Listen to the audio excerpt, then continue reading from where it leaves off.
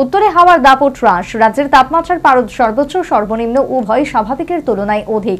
আপাতত জাঁকিয়ে শীত পড়ার সম্ভাবনা ক্ষীণ। পাহাড়ি রাজ্য ত্রিপুরা।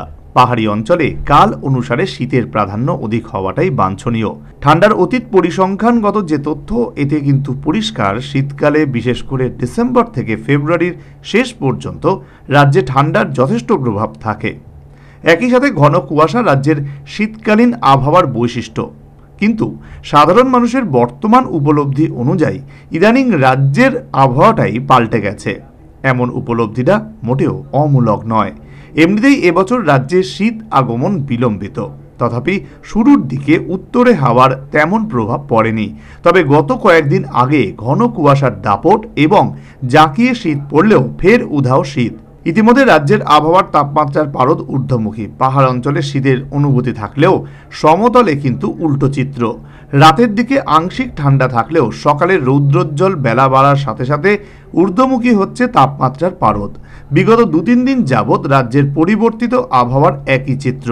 এই অবস্থায় আবহাওয়া দপ্তর সূত্রে খবর, রাজ্যে শুক্রবার সর্বোচ্চ তাপমাত্রা ছিল ২৭.২ ডিগ্রি সেলসিয়াস, যা স্বাভাবিকের তুলনায় ২.১ ডিগ্রি বেশি।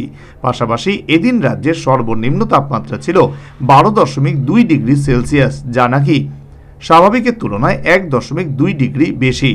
এছাড়া আগামী ২৪ ঘন্টার আবহাওয়ার পূর্বাভাসে জানানো হয়েছে, শনিবার রাজ্যের সকালের আকাশ পরিষ্কার থাকবে, রয়েছে আংশিক কুয়াশার সম্ভাবনা।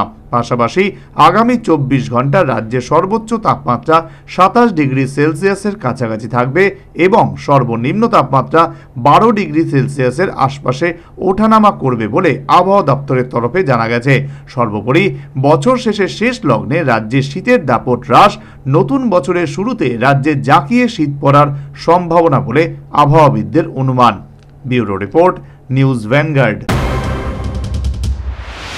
Srija institute of kidney sciences কিডনির জটিল রোগের চিকিৎসার জন্য এক উৎকৃষ্ট প্রতিষ্ঠান, যেখানে উত্তর পূর্ব ভারতের প্রথম এবিও অসামঞ্জস্য কিডনি প্রতিস্থাপন এবং মৃত ব্যক্তির কিডনি প্রতিস্থাপন করা হয়। এখানে ১১৫টিরও বেশি কিডনি প্রতিস্থাপন এবং উত্তর পূর্ব ভারতে সবচেয়ে বেশি হিমোডায়ালিসিস করা হয়েছে এবং এই সংখ্যা দিন দিন বাড়ছে। Srija institute of kidney sciences Tripura সরকার সহ অরুণাচল প্রদেশ, মেঘালয়, মিজোরাম, মণিপুর এবং নাগাল্যান্ড সরকার দ্বারা স্বীকৃতি প্রাপ্ত।